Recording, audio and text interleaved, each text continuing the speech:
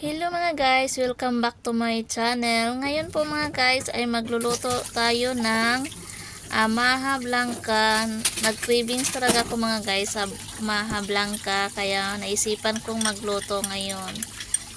At ayan po mga guys, nalagay ko na po yung ingredients. Hindi ko po nakunan ng video kanina. Ito pong nilalagay ko ngayon ay condense po yan mga guys. Nalagay ko na po yung gata, yung coconut milk at saka yung evaporated milk.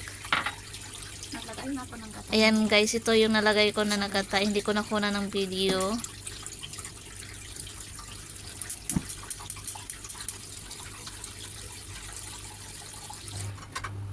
So ihalo lang po natin to mga guys. Pagkatapos nating yung lahat, malagay yung lahat ng ingredients. Halo lang hanggang sa kumulo.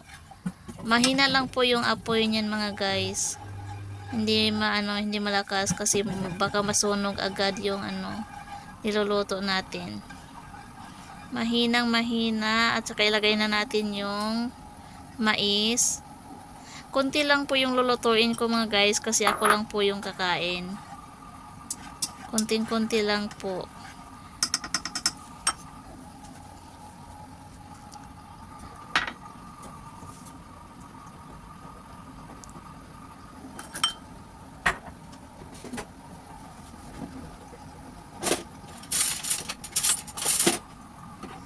Antayin natin mga guys na kumulo.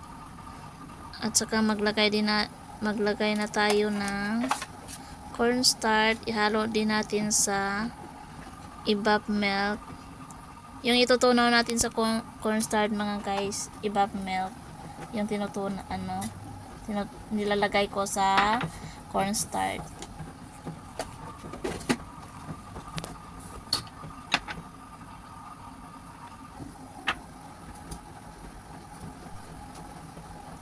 Ito po yung iba po yung ginagamit ko pang tunaw sa cornstarch mga guys.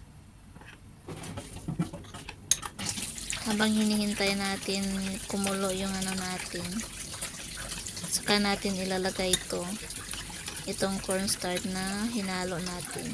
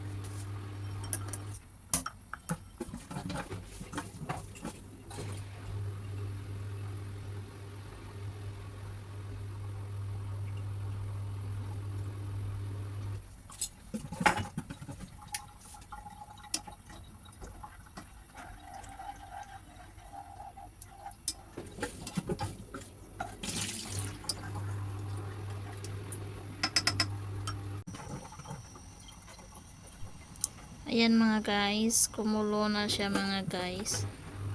Ilagay na natin tong cornstarch natin.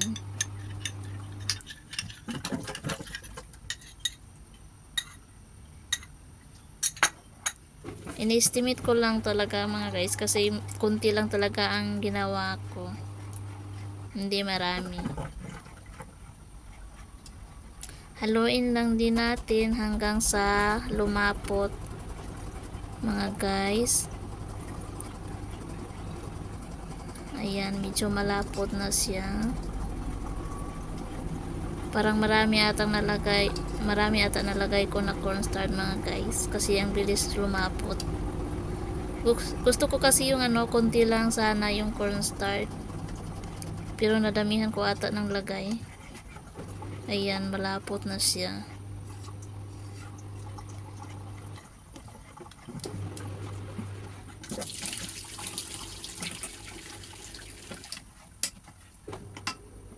Ayan na siya mga guys, malapot na. Ayan mga guys, tama na to mga guys, malapot na. Ayan, lagay na natin sa lalagyan. Ayan mga guys, kanya yan lang po talaga ginawa ko, konti lang kasi ako lang naman ang kakain, pangtanggal cravings lang. So ayan po mga guys, yung maha blanca natin. Wala akong cheese mga guys, kaya ang ilalagay na lang natin yung mais na lang ang gagawin nating pang toppings. Wala akong cheese. Yan mga guys, lagay na natin yung mais. Maraming salamat nga pala mga guys sa panonood sa video na ito.